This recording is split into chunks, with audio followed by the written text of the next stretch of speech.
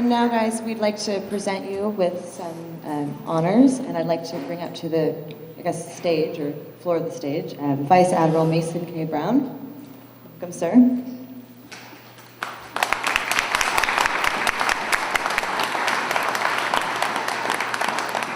Thank you, Heidi. This has been an inspiring day. What do you think, huh?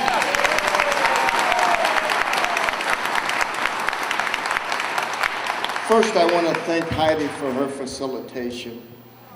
I want to thank the USS Hornet for bringing us together for these Living Ship Days. I think this is an awesome program. You know, I want to thank you guys for really sharing some living history with us. This has been incredible. Just a little bit about me. My name is Vice Admiral Mason K. Brown. I find myself as the senior military official in the San Francisco Bay Area. When I heard that USS Hornet was pulling together these great Americans, I decided I wanted to represent my 13,000 shipmates serving throughout PAC area and all of the other members of today's military force to just come and say thank you.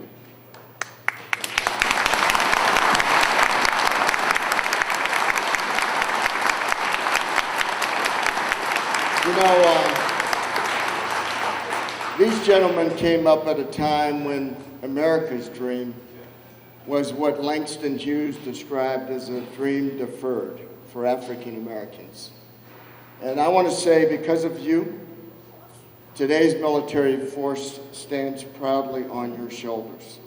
Seldom told tale, I am the senior African American in the United States Coast Guard today. I was the 23rd African American to graduate from the United States Coast Guard and the first to make 3-star admiral. That would not have happened.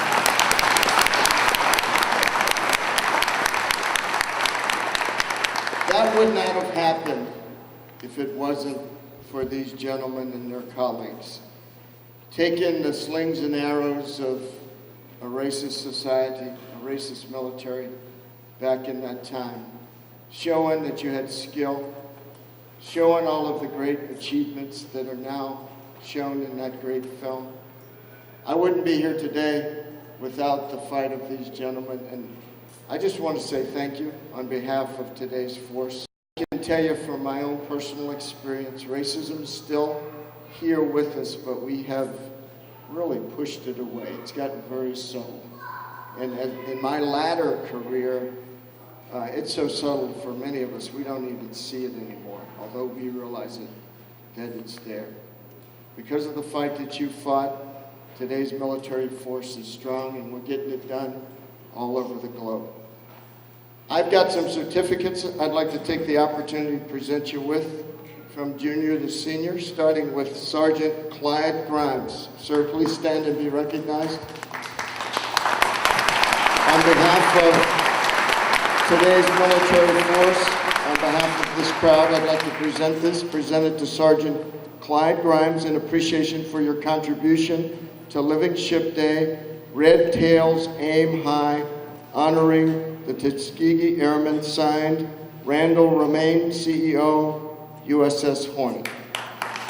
And I'd like to include the coveted Pacific Area Commander's Coin.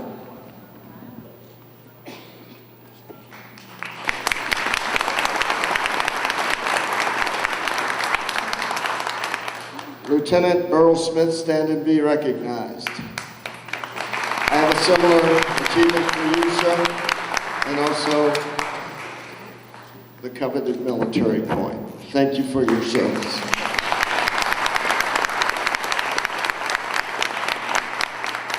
Lieutenant Leroy Gillead. Sir, how do you pronounce your last name? Gillead. Gillead. There you are, sir.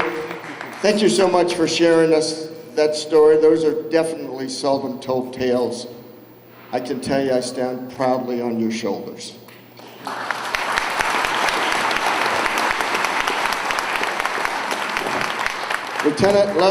Captain Les Williams, stand to be recognized, sir. We thank you, God bless you.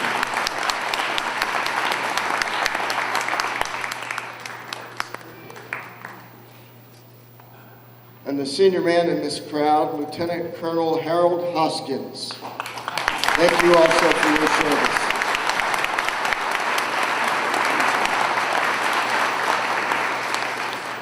Now, before I turn it over to Heidi, I noticed that there are some members of the USC cadets back there. You know, they're serving proudly, honoring the military tradition. I would ask on their behalf that they be head of the line privileges to get a picture with you so that we can record what I call the long line of military service. How about a hand for the Sea Cadets?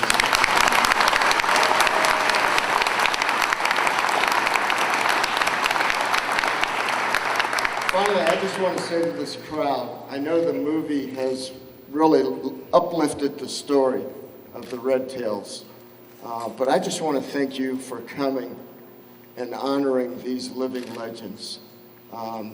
It doesn't get much better than this. We come to Hornet frequently enough. I think this is the best program, the most well-attended program I've seen. So give yourselves a hand. Thank you, ladies and gentlemen. I'm going to turn it back over to Heidi. Thank you so much, Admiral Brown. That was really wonderful. Thank you, guys. So now I think we're going to start with our meet and greet portion of the afternoon. Before I turn you guys over to our heroes here, does anybody have any questions from the crowd they'd like to address? Oh, let me go over there. We'll do like the Geraldo show. I'll run.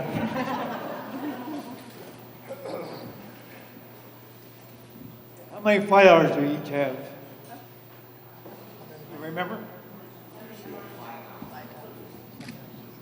Okay, the question was, how many flying hours do you guys have, if you remember? How many flight hours have you? How long were you in the plane?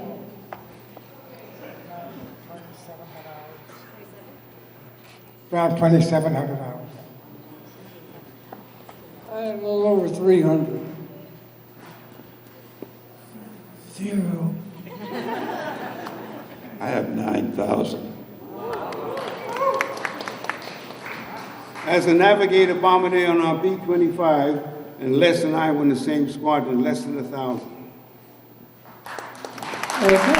Anyone else? Please raise your hand. When you first got into that Stearman, how easy was it to learn how to fly that thing? When you were beginning to learn how to fly and you're getting checked out in the Stearman, how easy was it to learn how to fly that Stearman?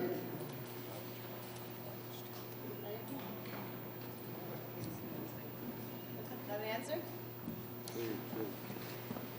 Anybody an answer?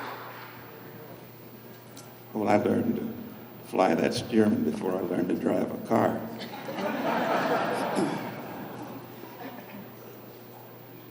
Well, as I say, I went through pilot training twice, so I know a lot about the Stearman. It was an excellent aircraft to fly, and it was the precursor to my being able to fly the P-51. Thank you. As a brand new cadet in Tuskegee,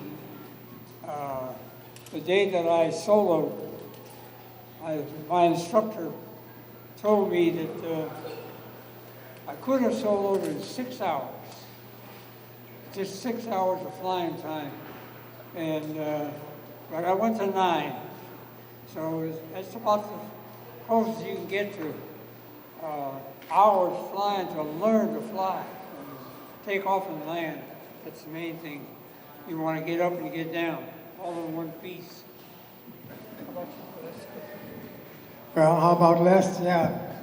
But it took me as long as it took that instructor to force me to fly. Either fly or get out. And I never did add up the time, but it wasn't too easy. But it was a thrill.